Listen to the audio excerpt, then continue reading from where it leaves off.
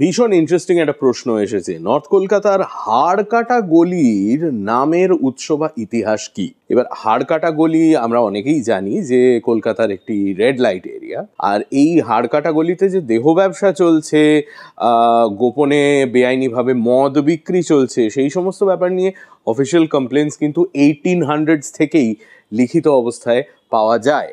আপনি যদি Google search করেন তাহলে হাড়কাটা গলির নামের একটা ইন্টারেস্টিং স্টোরি আপনি পাবেন। গুগল করলে যেটা পাওয়া যায় সেটা হচ্ছে যে বিখ্যাত আয়ুর্বেদ চিকিৎসক পণ্ডিত মধুসূদন গুপ্ত নাকি এই হাড়কাটা গলিরই একটি বাড়িতে একসময় সব ব্যবচ্ছেদ ডিসেকশন করতেন, আর সেইটা থেকেই নাকি গলিটার নাম হয়েছে হাড়কাটা গলি। তবে আমার এটা না খুব একটা বিশ্বাসযোগ্য মনে হয় না। ডিসেকশন যদি হতো তাহলে গলির নাম বোধহয় হাড়কাটা গলি হতো না, লাশ কাটা গলি হতো। অ্যাজ ইউজুয়াল ফিরে যেতে হবে টু পি থাঙ্কাপ্পন নায়ার এবং তার বই আ হিস্ট্রি অফ ক্যালকাটা স্ট্রিটস, এবং উনি আর একটা অনেক বেশি প্লজিবল এক্সপ্লেনেশন দিচ্ছেন। আপনি ভেবে দেখুন, মানুষ হাড় কেন কাটে?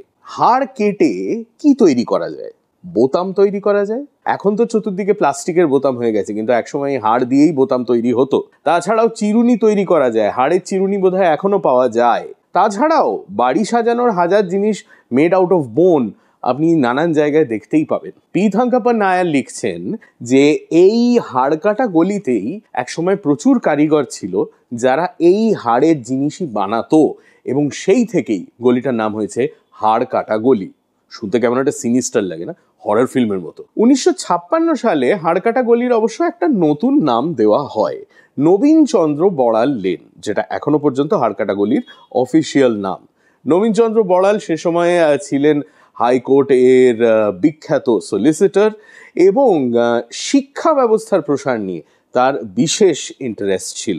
বউবাজার হাই স্কুল এবং Calcutta deaf and Dam school দুটোই তার এস্টাবলিশ করা।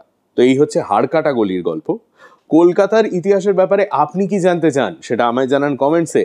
আর কলকাতার ব্যাপারে এরম আরও অনেক গল্প শুনতে হলে ফলো করুন ইনস্টাগ্রামে আর ইউটিউবে সাবস্ক্রাইব করুন টু হাফ প্যান্ট হিস্ট্রি।